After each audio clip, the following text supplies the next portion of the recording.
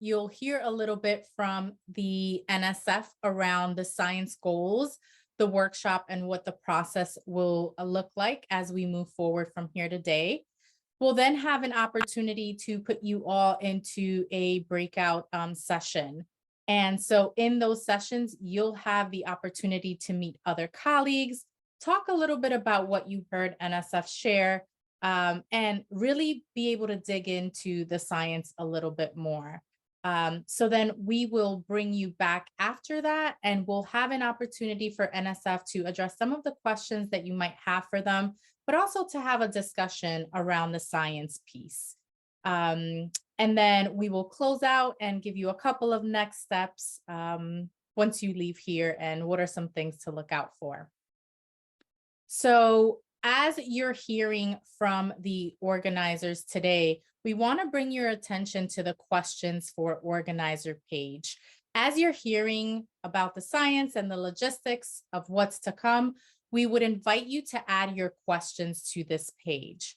And the way that you would do that is at the bottom right of the questions for the organizer page, there is a plus button in a blue circle. If you click on that, it will open up a digital Post-it note. So you can write your question here and click on the blue paper airplane at the bottom right of that digital Post-it, and you're able to post your Post-it on the page. So we like to encourage you to do this via KaiStorm so that the NSF organizers can see this a little bit later, and encourage you to do it there versus the Zoom chat. Annemarie, is there anything else that I'm missing? I would just clarify, should I put my questions in the Zoom chat or on this page? Great question, Annemarie. Please make sure to put all of your questions on the questions for organizer page. And again, you can find that page as you're listening to the science challenge and the process here on the left-hand side. Thanks, Annemarie. I appreciate that. No problem. All right. So without further ado, I'd like to pass it on to Dr. Steve DiFazzo, who's going from the NSF, who's going to share a little bit more with you about the science and what we're doing here today. Okay, well, thank you very much. And I would like to extend my welcome to everyone to the scoping session, where we're going to be exploring, well, the town hall for the scoping sessions, where we'll be exploring opportunities to leverage innovations from evolution.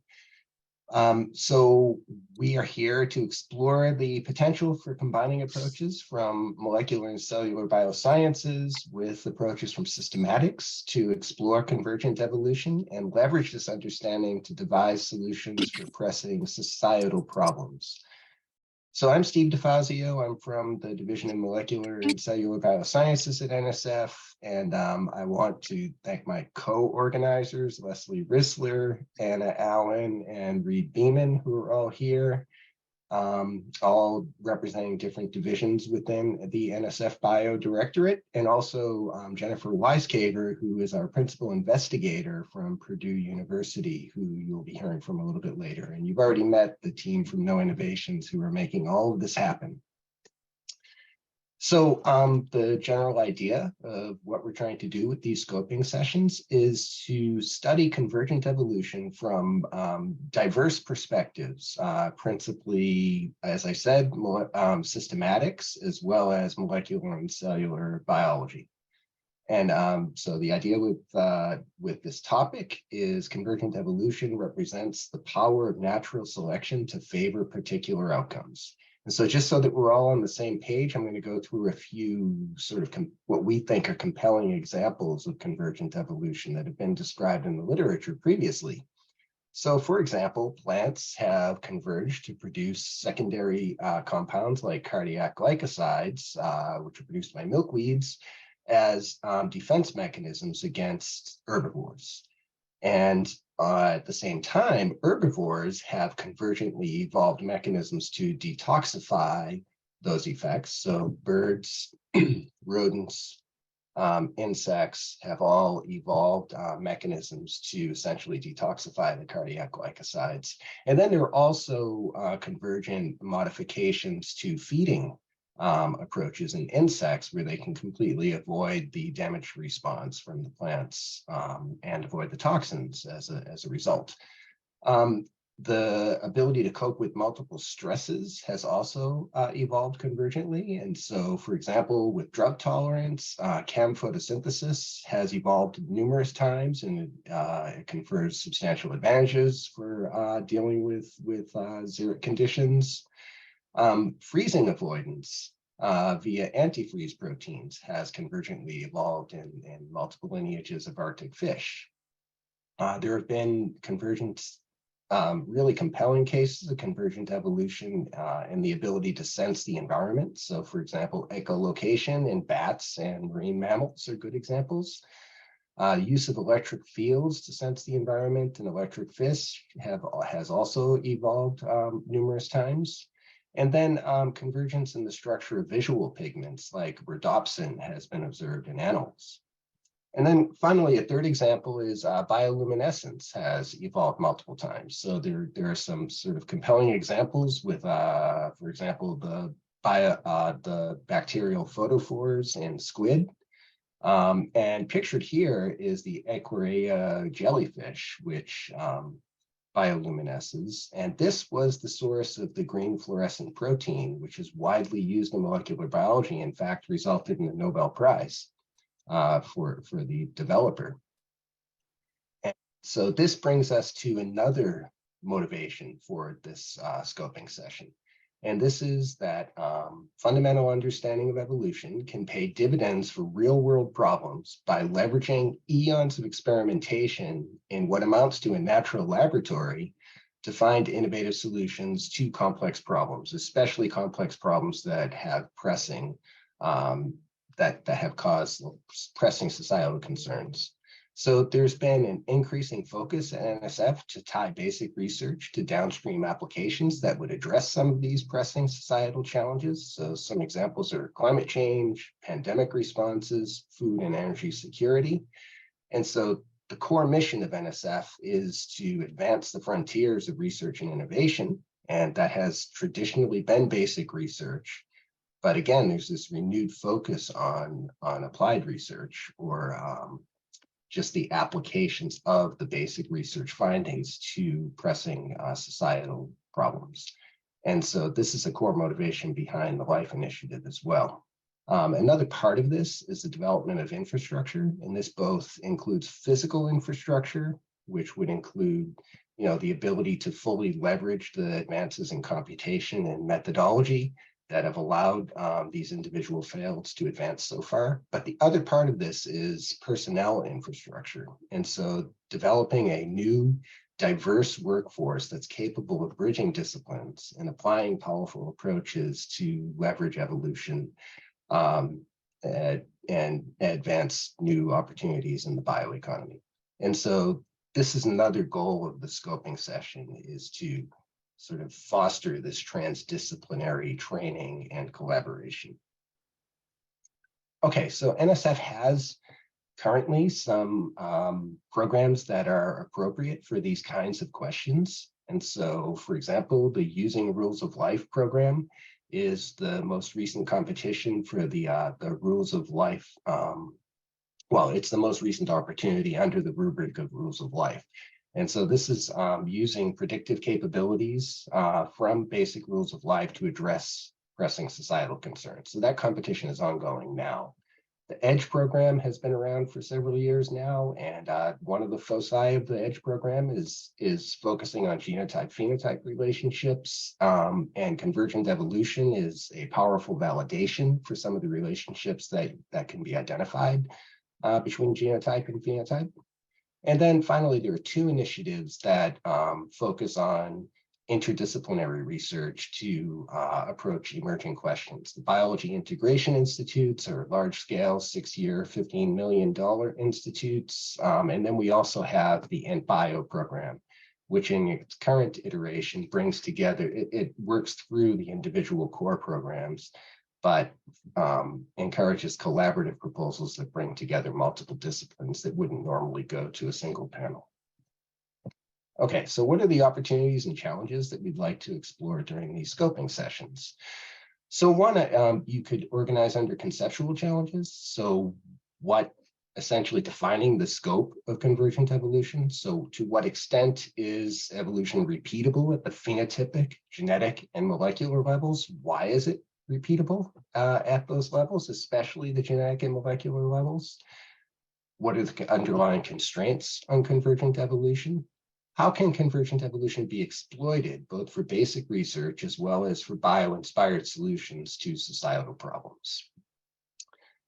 Second major challenge is the gap in approaches in systematics and molecular and cellular biology. So both fields have had rapid advances in recent years, and we think a convergence is on the horizon that will benefit both communities.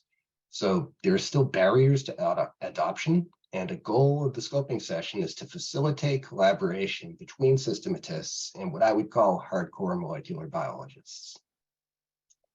And then finally, there have been tremendous advances in computer science, genome editing, large-scale genome sequencing, single-cell approaches, imaging, that has just been kind of dramatic in recent years. And so the question we'd like to address is how can these best be leveraged and especially applied in non-model systems such that you can scale up to the point where you can do the comparative analyses that are required for identifying cases of convergent evolution and really understanding what drives them at a molecular mechanistic basis. Okay, so the goals of the workshop. So one is to engage the life sciences and adjacent communities to focus on the research challenges and opportunities that pertain to evolutionary innovations within the convergent evolution framework, and also to better understand how generalizable it is, as well as what are some unique solutions to the common problems that living organisms encounter.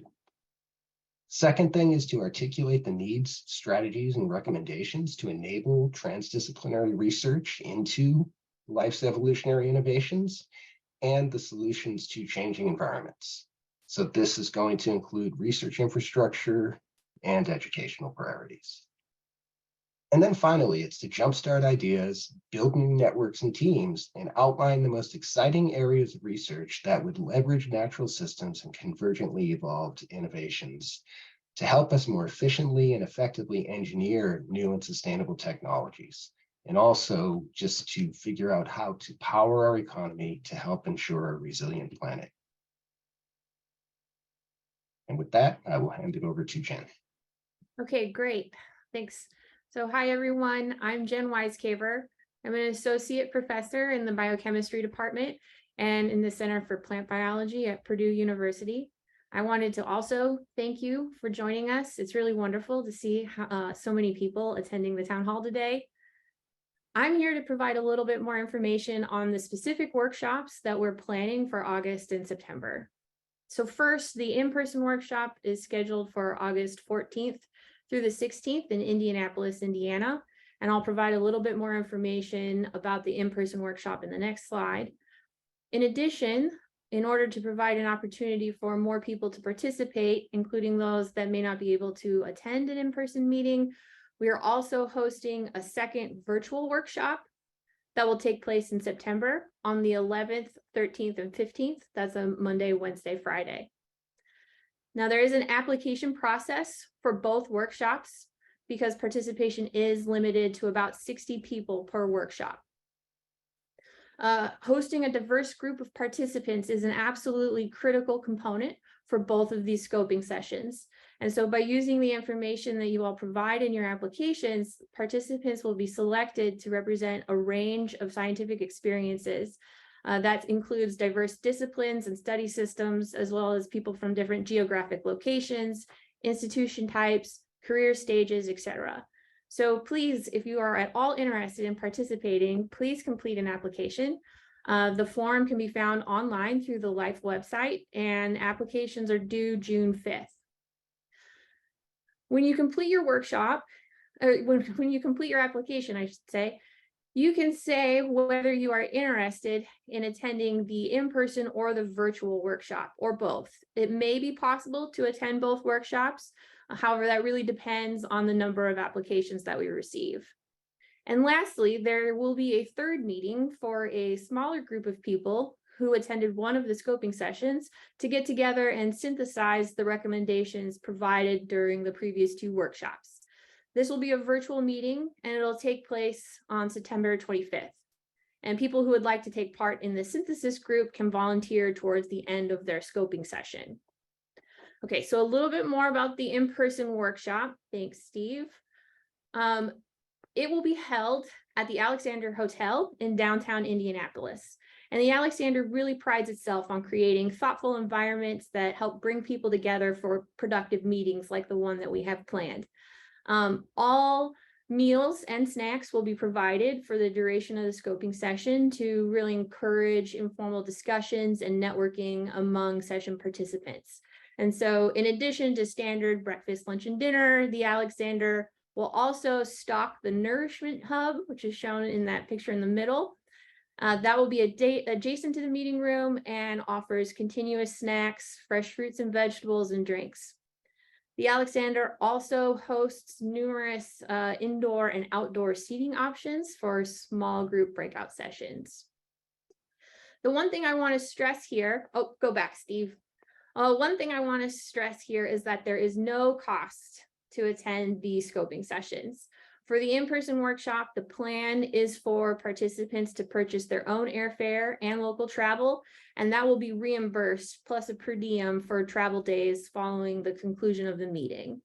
And that's it for the logistics. If you have any questions, please ask them in the question tab on the KaiStorm app, and I'll be happy to answer them.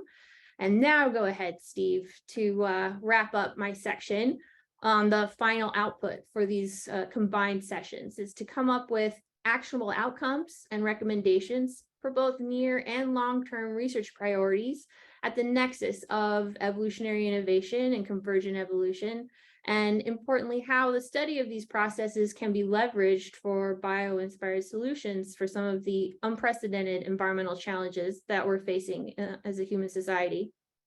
And that includes the creation of white papers and short presentations that will inform stakeholders as we develop strategies for a thriving, competitive U.S. bioeconomy and a resilient planet. And the final outcome that we hope for, one that I'm very excited about, is to really start building a community of inspired colleagues to follow up on all of the ideas that will be generated at these scoping sessions. And so that's it for me. Again, if you have any questions, please ask them in the question window. And thank you so much for your time.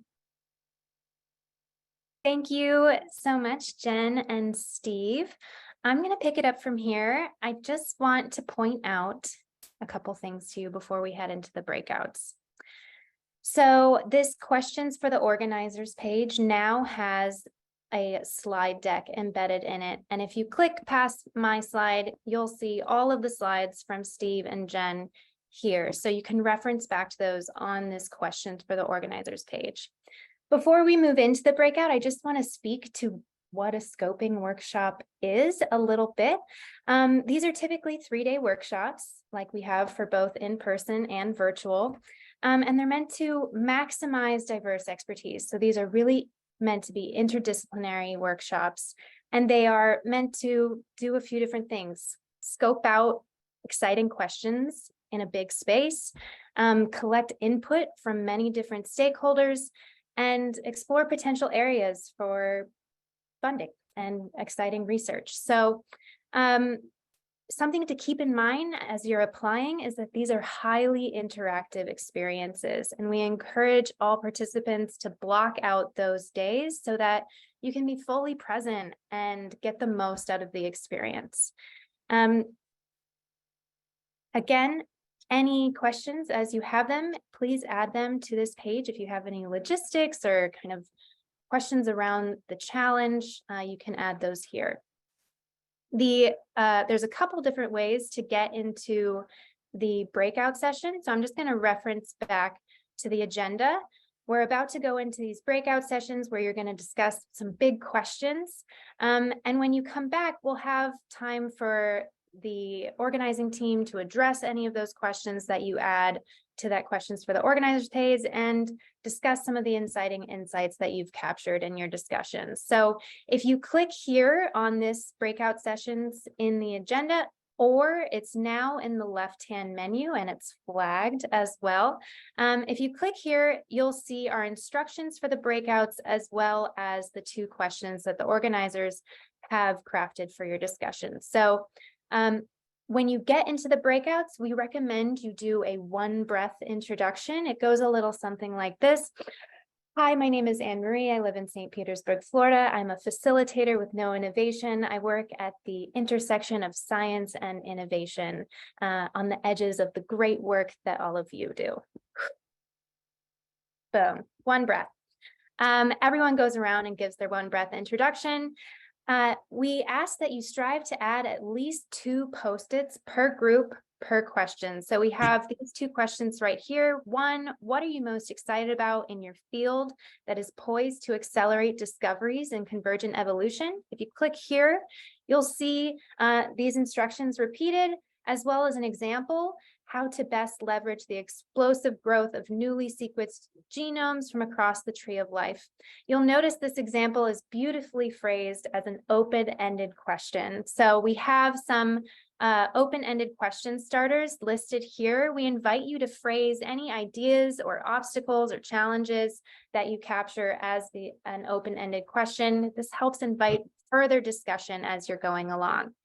Again, it's the same way. If this Post-it box is not open for you, you'll click this blue circle plus button. It'll open it up. You'll type your insight and hit this paper airplane. You'll see it appear. Somebody has already added something. Awesome. The second question we have here are, what are the obstacles to overcome to leverage innovations from evolution?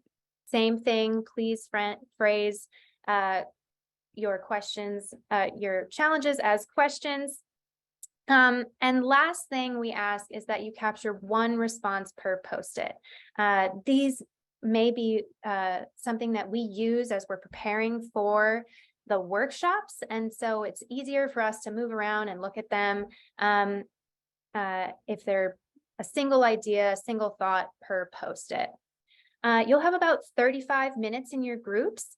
We'll probably be putting about 5 to 6 people together in random groups. So hopefully you get matched with some people with different expertise than yourself.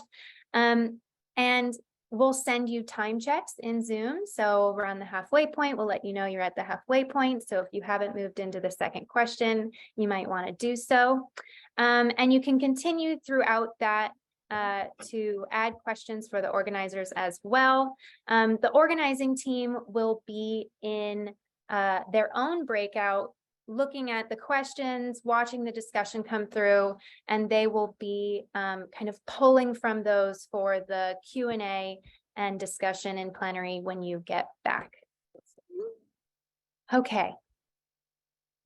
Annemarie, Yes. if I get disconnected or I'm lost. Absolutely. So when you go into your breakout, please take a note of which breakout room number you are in. If you get disconnected, just rejoin plenary and that green Zoom button on the homepage and let us know which room you were in and we can drop you back in there. Does anyone else have a question before we head into your breakouts?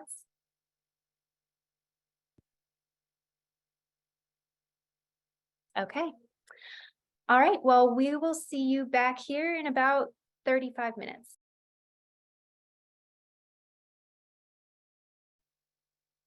Waiting for a few more folks to join us.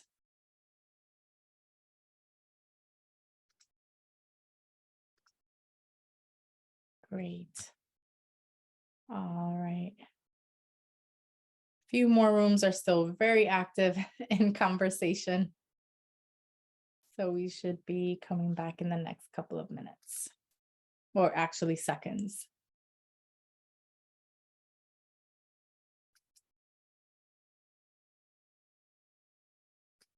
All right. Welcome back, everyone. We hope you had some really good conversations. Do we have some thumbs up in terms of conversations? Yay! We always like to see thumbs up. That's good. Lovely, lovely. So thank you for taking the time to connect with one another and really engage in those questions. We see a lot of questions have popped up on those discussion pages. So thank you for that. So what we're going to do now is that we're going to take the first couple of minutes for the organizers to share a little bit about some of the questions that were posted on the organizer Q&A page. And then we are going to move into the discussion questions that you all captured on the digital post-its on those pages. So I'd like to hand it off to Anna so that she could open up the Q&A piece for us. Good afternoon, everyone.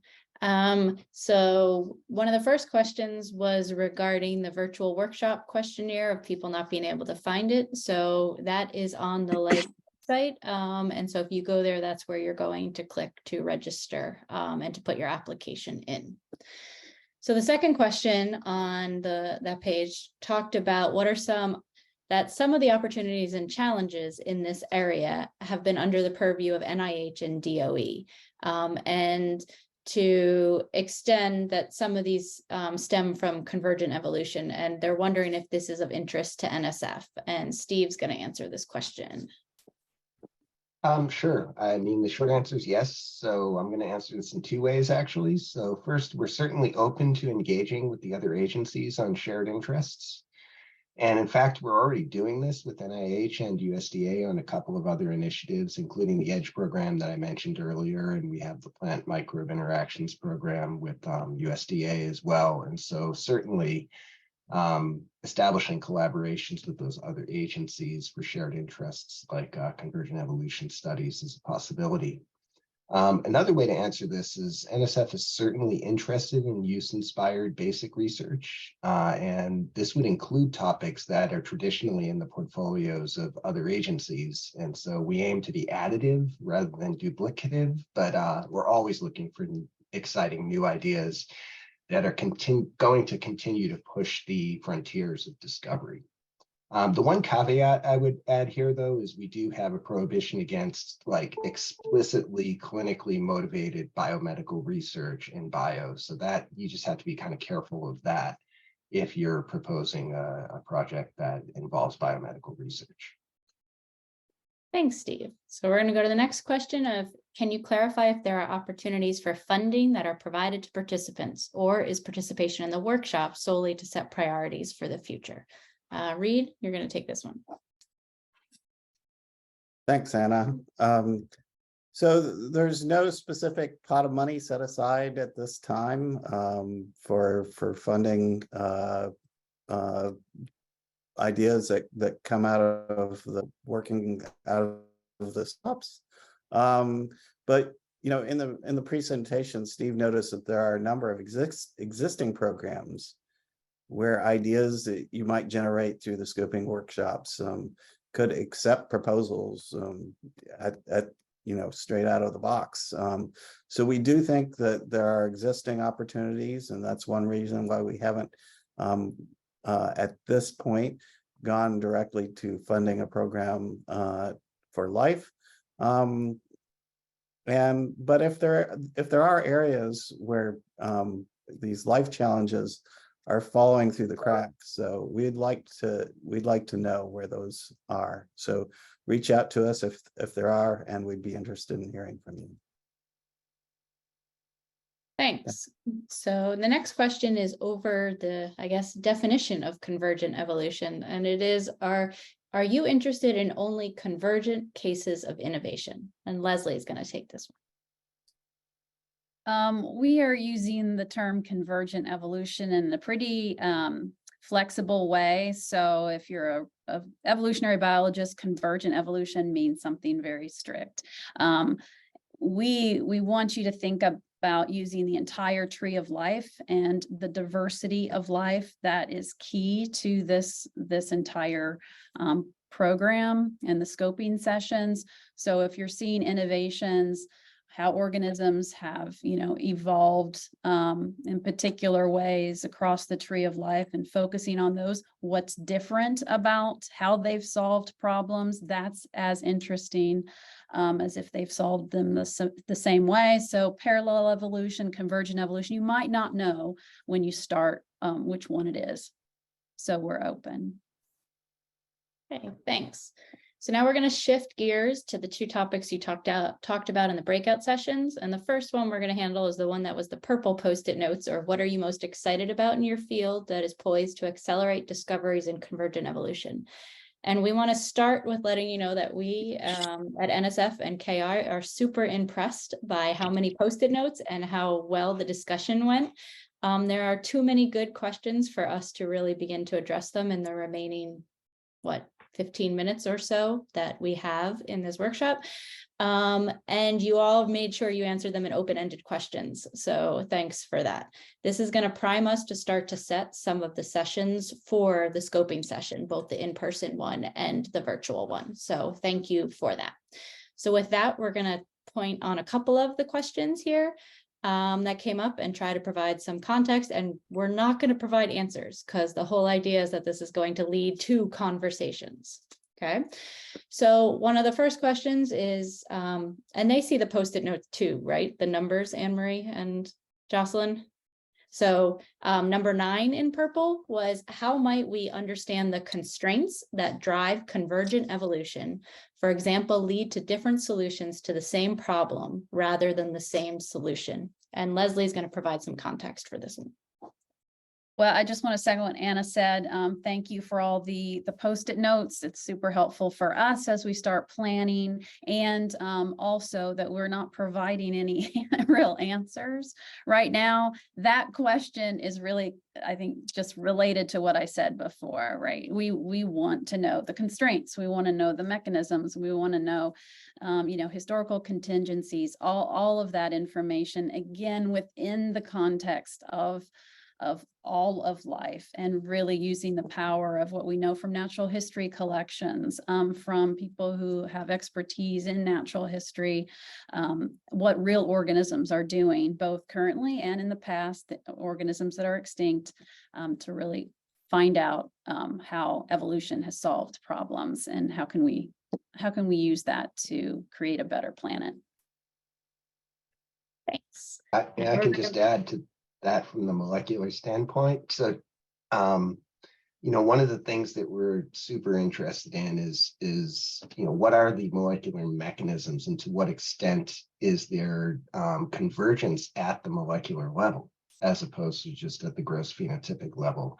And it's equally interesting in the cases where you see independent pathways to the same solution. So that would definitely be in scope for the scoping sessions. We're going to move to Post-it note number 15, but it's actually a combination. There were a couple of Post-it notes regarding artificial intelligence. And this one was, how might we leverage AI to improve our ability to identify signatures of non-obvious convergent evolution? For example, convergence of traits via different genetic mechanisms. And Steve is going to take a stab at providing context to this. Right. Yeah, we found it interesting that there were multiple questions raised that centered on AI. And yeah, I think it's on most of our minds at this point. And so we fully expect that AI will be prominent in the scoping sessions, and just thinking of ways that we can apply this really powerful new approach to understand things like what's raised in this question. Are we missing cases of convergence that might be obvious to a properly trained machine learning algorithm? So great question, and we are hoping to see a lot more like that in the scoping sessions. And I just want to add to that, so we fund tools that help to leverage AI, and we'd love to see more proposals focusing on this area with respect to AI. And another thing to think about is that the computer scientists are really interested in engaging biologists in this area, because the problems in biology are just way more complex than many of the problems that they're currently addressing. So we make good fodder, and convergent evolution really makes good fodder for innovating on artificial intelligence and machine learning techniques. Okay. Thanks, Reed. We're going to turn to purple post-it number 7 now, which talks about how to leverage collected specimens for instance herbaria, along with the novel genomic tools available in order to answer questions of convergence. And there was a shout out to DBI and NSF in that post. Reed is going to, again, provide some context for this one. So again, as with cyber infrastructure, collections, specimens are research resources that are available to the community. And we're really trying to figure out better ways to leverage and to encourage collections-based research. So we have a group in a working group that's informal, but it's really trying to figure out how to encourage these types of collaborations and use of resources like collected specimens. Okay, thanks. So we're going to move to our last post-it note discussion for the purples, number 28. And this question was, how might we create better links between those studying experimental evolution and those developing methods for understanding macroevolution to lead to better approaches for applications to questions that cannot be investigated using experimentation? I'm going to turn to Steve. Yep, this is an excellent question. And I'd also like to just kind of call out to the question focused on leveraging synthetic biology, because I think it's very much in the same realm, and we would definitely consider that to be in scope as well. So, you know, a big part of the challenge here is extending approaches that are well established in model organisms to non-model organisms. And certainly it makes sense to use experimental evolution as one of the tools that would allow us to do that. I would also, well, actually, this is for a different section, so I'll save my comments on an additional related question because I think that's going to come up in a moment. Okay. So with that, we're going to turn to the second breakout question we gave you, which was, what are the obstacles to overcome to leverage innovations from evolution? So these are on those red post-it notes in this case. And we're first going to turn to a number of post-it notes. You can see this in 7, 9, and 12, just for examples. And the questions revolved around how might we find collaborators outside of life sciences or academic settings? How could we educate the private sector? How are we going to find collaborators that are both complementary, but outside a discipline to best achieve synergy? With this, Reed is going to answer. So this town hall and the scoping workshops are designed in part to help make this happen. And I think I would encourage all of you that have collaborators in these areas outside of biology that could contribute or would like to collaborate, encourage them to sign up for the scoping sessions as well. And we also have a new directorate, the TIP directorate, which probably some of you have heard of.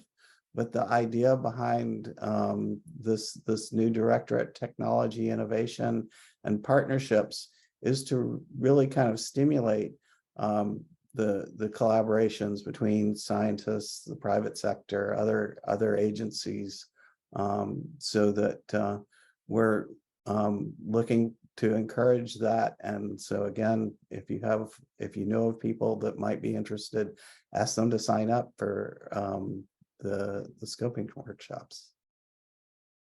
Okay, thanks.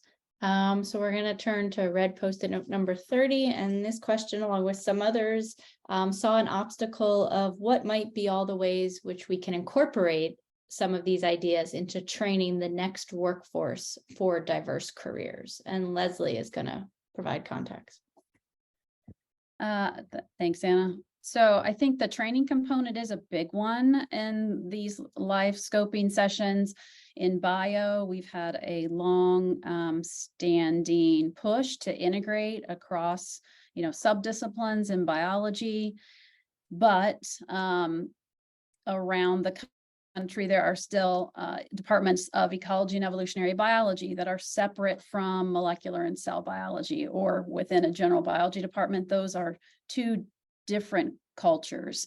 And we think those cultural barriers remain, where the systematists are sort of isolated from some of the other parts of molecular and cell biology. And we really want to change that. We want your ideas on how best to change that.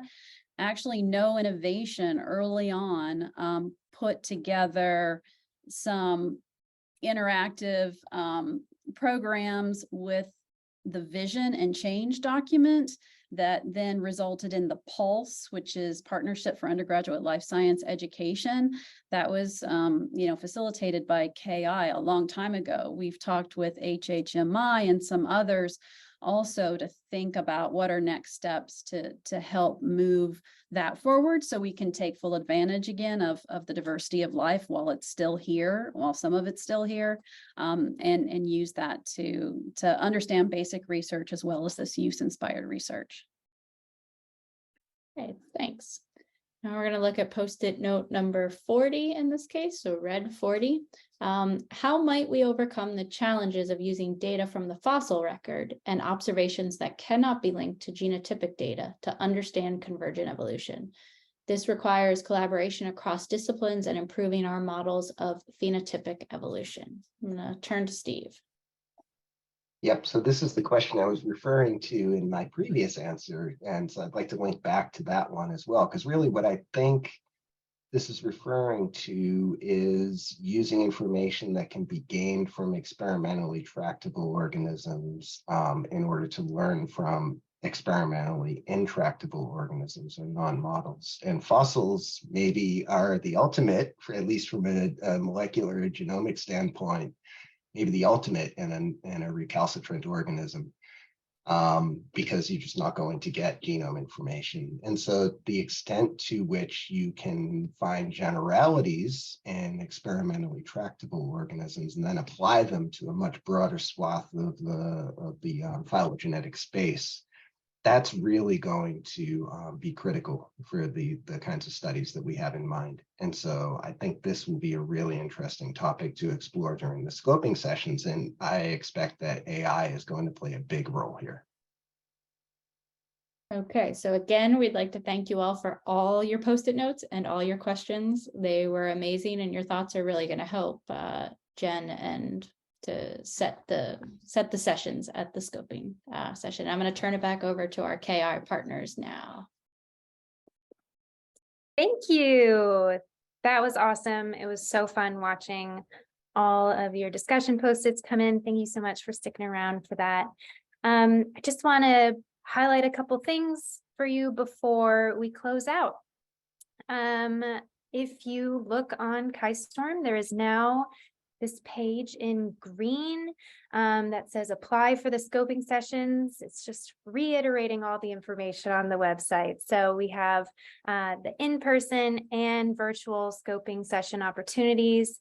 You can click here to learn more. That'll bring you to the website. If you scroll all the way to the bottom, this apply now button will take you straight to the application. Applications are due June 5th by close of day. And we are hoping to have selection information out to you the following month by July 5th. It is one application for both the in-person and virtual. So if you click here, you can say, I can attend just the in-person or the virtual, or you can tell us whether you can do both. So that is available on the website or through KaiStorm. We gave you lots of places that you could apply. If you click on the website, you'll see that where it said register for the town hall, there is now a button straight to the scoping workshop application, as well as multiple other buttons that will lead to the application. So we will be putting the recording from this town hall on this website, so you can reference back to it. Everything will continue to live in this Chi-Storm, so the slides will still be linked on the questions for the organizers page. And we're excited as the planning team to dive in to the rest of those Post-its and see how they might help us frame the workshop as we go forward with planning. I think that's everything. Thank you all so much for joining. Jocelyn, did I miss anything logistics wise? Nope, just if there are people who you think should be in the space and should apply for this opportunity, please, please, please encourage them. We'd love to have as many folks as possible apply and be a part of the conversation. So lots of exciting Post-its on there, lots of exciting questions. So we're really looking forward to next steps. And with that, we'll pass it back to the organizers if you had any closing comments. And then maybe we'll give you like a minute of your time back. Thank you so much for being here. We're really excited about this. So the application is super short. We hope you apply and that we get to see some of you in August and virtually in September. And thanks, Jen Wisecaver, for helping with this. And thanks to KI for organizing. Yep. Yeah, I'm really looking All right. forward. Yep. Thank you, guys. Thank you. Nice meeting you all. Take care. Organizers, if you want to stay on for just a sec. Sure.